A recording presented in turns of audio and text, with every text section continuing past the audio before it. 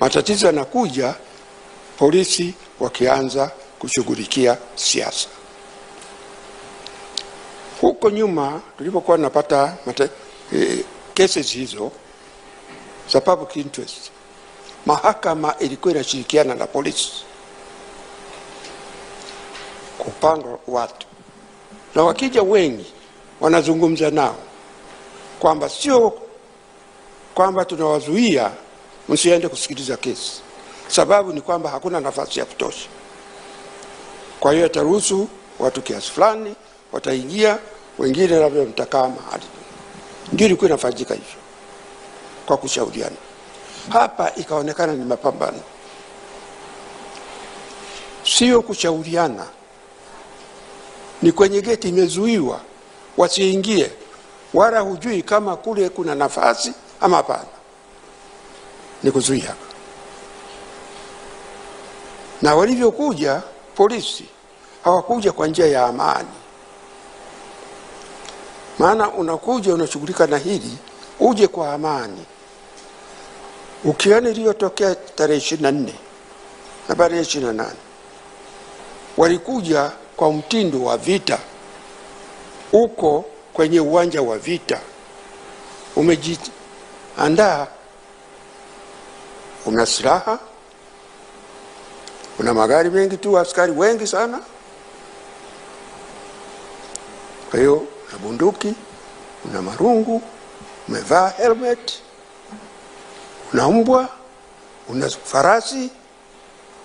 Yani atmosphere ile ni kama uwanja wa vita. Hapo ndio tulifanya kosa la kwanza.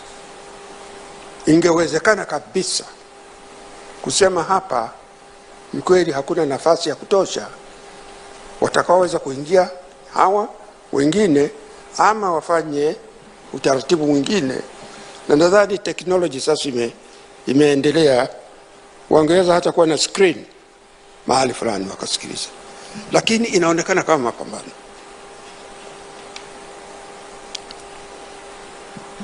Kwa hiyo kwa upande wa serikali wanaona ni kulinda amani.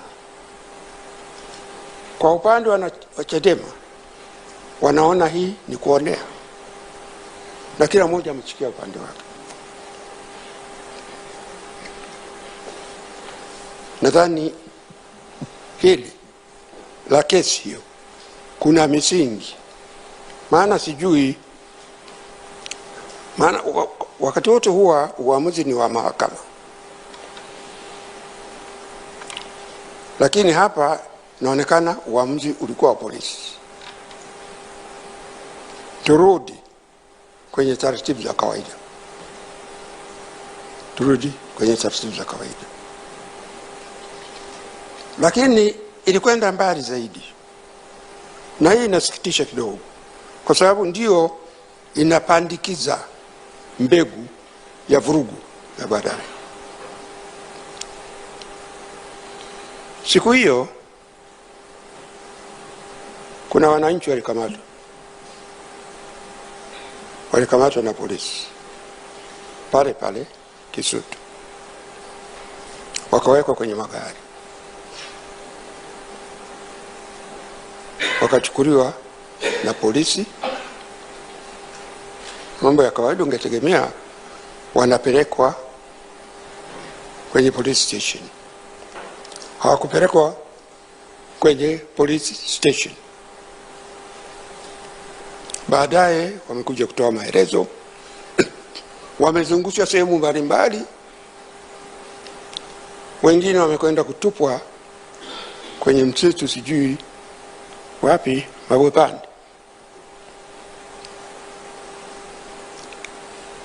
Wameumizwa, wengine wamevunjwa miguu, vunja mikono.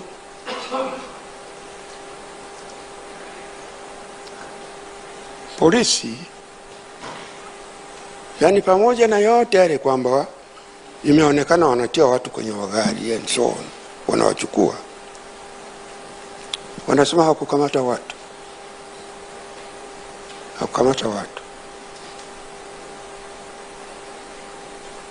Na wanataka waaminike kwamba kamata watu, lakini ni kwamba hawa watu wamekuja wamezungumza, na waliozungumza pamoja na polisi kusema kamata watu, waliozungumza hakuna kwa upande wa polisi waliokana yaliyotendeka. Polisi wanasema walikamata wawili tu, walikamata wawili viongozi wa Chadema. Maana mimi sijui wanatumia sheria gani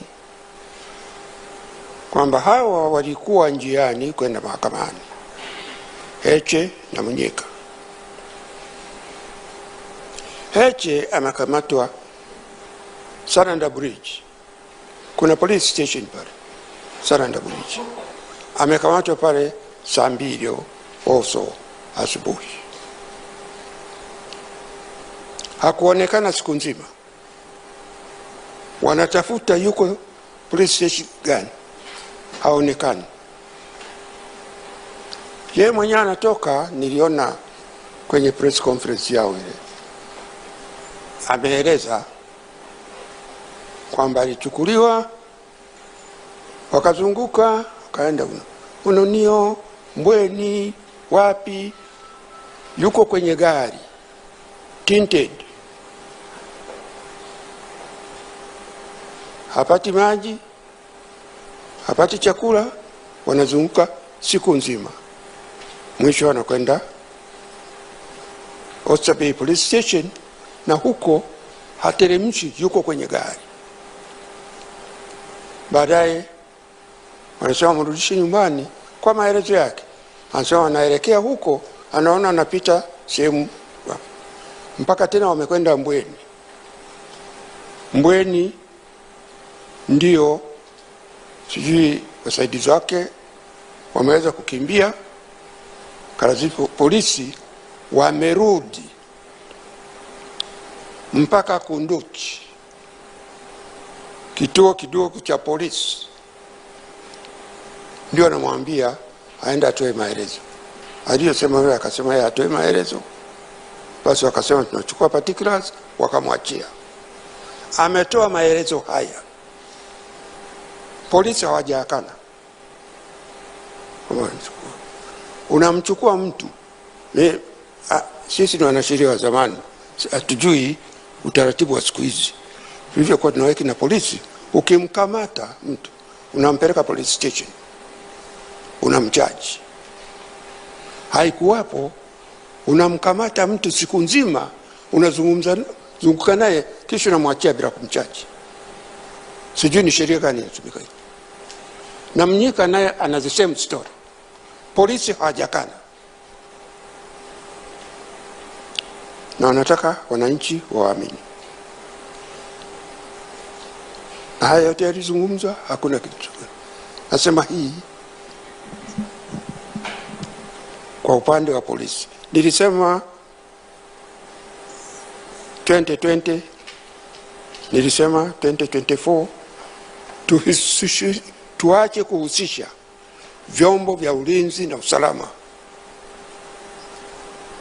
kwa shughuli za kisiasa. Tuache waendelee na shughuli zao, watakuwapo katika shughuli za kisiasa, watakuwapo, lakini wasiwe wao ndio wanaamua haya mambo. Itakuwa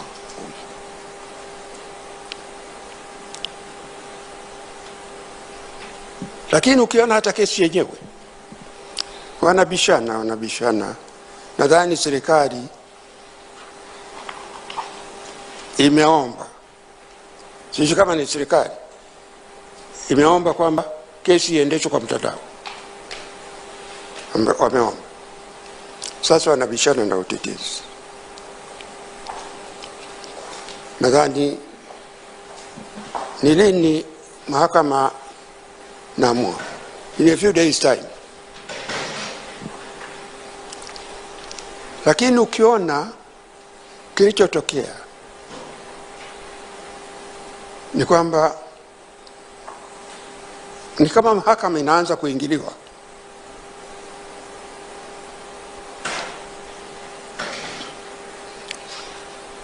Siku chache zilizopita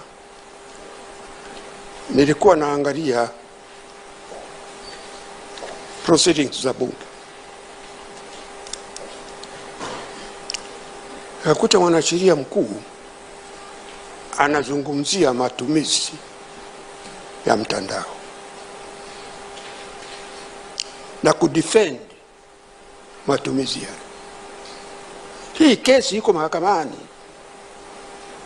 Kesi iko mahakamani. Mwanasheria mkuu anakwenda kuizungumzia kwenye bunge. Kisha nikamwona waziri wa mambo ya ndani na akieleza hasa sababu kwa nini wanataka kesi hii ifanywe. Kwa sababu kumleta Tundu Lissu kutoka kwa ni kama maandamano, kuna viashiria uvunjishwa. Kwa hiyo ameeleza kutetea kwa nini kesi ile iendeshwe kwa msingi kwa mtandao. Lazima ujizuie. Kesi iko mahakamani, usizungumzie. Hata kama angeulizwa mwanasheria mkuu, kama ni swala alikuwa ameulizwa, angejibu tu hili liko mahakamani, tusilizungumzie. Yeye amezungumzia. Maana yake nini? Ni kwamba serikali inatoa pressure, na katika hali hii ya uoga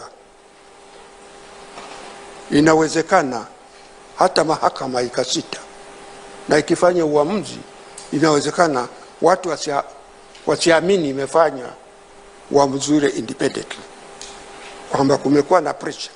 Amezungumza mwanasheria mkuu, amezungumza waziri wa mambo ya ndani. Mimi nasema iko huko mahakamani. Ya msingi unapoendesha kesi ni kuona haki inatendeka. Kwa hiyo vyovyote vile watakavyoamua huko mahakamani, watakavyoendeshwa, ionekane haki inatendeka. Na haki sio upande wa serikali tu. Utaratibu wowote utakao tumika uwe ni wa haki, serikali ipate nafasi yake, mtuhumiwa apate nafasi yake. Na sheria zetu sijui kama zimebadilika. Kwa makosa makubwa, mtu akishtakiwa kama hana uwezo wa kuajiri wakili, si serikali inamlipia? Lazima apate wakili. Apate wakili. Na yule wakili awe na nafasi ya kushauriana na client wake. Kwa kesi kubwa kama hizi, kama mshtaki mtu kwa uhaini, ujua akipatikana na hatia ananyongwa. Kisha nasema uwe na utaratibu, yeye awe ndio observer, yuko gerezani, kesi inafanya mahakamani, hayuko pale ambapo anaweza kushauriana na wanasheria wake. Ni lazima haki ya mshtakiwa izingatiwe. Sasa kama mnataka kama sio mahakamani, basi mahakama iende ifanywe magereza ili wote wao pale. Lakini haya yote yanaonekana ni kisiasa. Sasa tukiendelea hivi, tunaweza kuingia kwenye vurugu na amani yetu ikatetereka. Mimi na mzee Butuku tulikuwa tumefikiria mambo ya kushauri. Sema nchi iko katika matatizo, na ni matatizo makubwa. Viongozi wa nchi waone uzito wake na wachukue hatua. Bado tuna muda wa kuweza kuzungumza tukafikia mwafaka. hatujaanza process ya uchaguzi, itaanza baada ya bunge kuvunjwa. Kwa kipindi hiki tunayo nafasi ya kuzungumza tukafikia mwafaka. Na haya mambo sisi tulikuwa nasema kama ni kurekebisha dosari zilizotokea 2019, 2020, 2024, tunao muda, kwa sababu ni mambo ya kanuni. Kanuni hazihitajiki kwenda bungeni. Tukikubaliana kanuni hizo zinaweza kubadilishwa. Tufikie makubaliano, tusiende kwa mapambano. Tukienda kwa mapambano tutapata madhara. Kwa hiyo tulikuwa nasema rais achukue jukumu. Rais achukue jukumu. Haya matatizo yalianza awamu ya 5. Alipokuja Rais Samia alichukua hatua, maana shughuli za kisiasa zilikuwa zimefungiwa, uhuru wa maoni ulikuwa mzuia. Akachukua hatua, akakutanisha vyama vya siasa, vikazungumza mpaka tukafika kwenye mapendekezo ya mkadala. Nchi ilikuwa imetulia. Sasa yanazuka haya, bado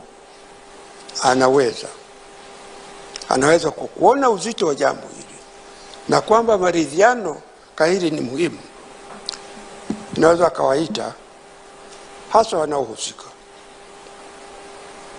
serikali, CCM, Chadema, wakae tofauti zao, kila upande ukubali kwamba inawezekana waache msimamo wao kwa kiwango, kwa upande wa serikali, kwa upande wa CCM, kwa upande wa Chadema, waone tunafikia makubaliano gani ili tunakwenda kwenye uchaguzi bila matatizo. Tusipofanya hivyo, haya tuliyoyaona sasa ya sasa hivi yataendelea. Sasa hivi kuna watu wanaodai wameumizwa kwa sababu ya mambo ya siasa. Tutaendelea kufika, kampeni imeanza. Serikali itasema polisi wasimamia amani, wadili na yote anayetaka isabu amani. Chadema wataendelea kusema no reform, no elections.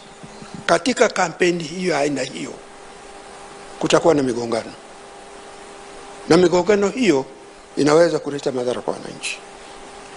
Ni muhimu kama taifa tukakaa pamoja, tuone tuweza kuepusha. Sisi tunaamini wakikaa muda tunao, kukiwa na political will, tutapata solution. Na tulikuwa nasema watakapokutana wawe na watu wa kuwashauri. Na kwa mawazo yetu tulikuwa tunafikiria viongozi wa dini wanaweza kusaidia katika mazungumzo haya. Tulikuwa nafikiria wachukue viongozi wa dini wachache, 3, 4, 5, wanakaa nao, watakuwa wanazungumza. Viongozi hawa watakuwa wanaweza kuwashauri, labda hapa mfanye hivi, na inawezekana. Mimi na experience ya aina hiyo. Mtakumbuka baada ya tume ya mabadiliko ya katiba kufanya kazi yake, nilitakiwa kwenda kutoa taarifa bungeni. Nilipofika bungeni siku ya kwanza, sikuweza kuitoa ile taarifa kwa sababu wabunge walikuwa wamegawanyika, na fujo iliyotokea pale ikanizuia kutoa ile taarifa. Kwa hiyo wakaamua wakutanishe pande mbili zile, wakawakutanisha, lakini wakachukua viongozi wa dini wachache. Wale ndio waliwasaidia kufikia mwafaka. na tunaamini kama viongozi wa kisiasa wakakubali kukutana, wakawa na watu wa kuwashauri, inawezekana tukafikia mwafaka, tukakuta tunakwenda kwenye uchaguzi, vyama vyote vinashiriki, wananchi wote wanashiriki, na tukatoka salama. Tusipofanya hivyo, tutakwenda kwenye uchaguzi ambao tutakuwa tumegawanyika, viongozi wamegawanyika, wananchi wamegawanyika, na chochote kinaweza kutokea. Kwa hiyo msimamo wetu bado tunaamini dawa iko kwenye meza ya mazungumzo, sio mapambano haya ya lugha hizi ambazo ukiona lugha zinazotolewa pande zote ni lugha ambazo zinagawanya taifa. Hayo ndiyo tulikuwa nasema. Unajua haya mambo, nilipokuwa nasoma Tabora School mwaka 62 wa Tabora School, padri mmoja kutoka Kongo alitembelea shule yetu. Mkuu wa shule fanya mipango, azungumza na sisi wanafunzi kutueleza hali ilivyokuwa Kongo wakati ule mwaka 62. Padri yule akatueleza vurugu iliyokuwa Kongo na wimbo wa uhuru, tumepata uhuru, wanafurahi tumepata uhuru, na nyimbo zingine zilikuwa very famous. Zilikuwa na mbogano india pada chacha na wanazungumza, lakini kuna vurugu, imekuwa vurugu kubwa kabisa kwa wananchi wa kawaida. Anasema walipo zile wanaona fujo, na huku na wimbo wa uhuru, wenyewe wakatafasiri maana ya uhuru ni fujo, uhuru ni vita. Padri anasema wananchi Kongo wanauliza uhuru utakwisha lini?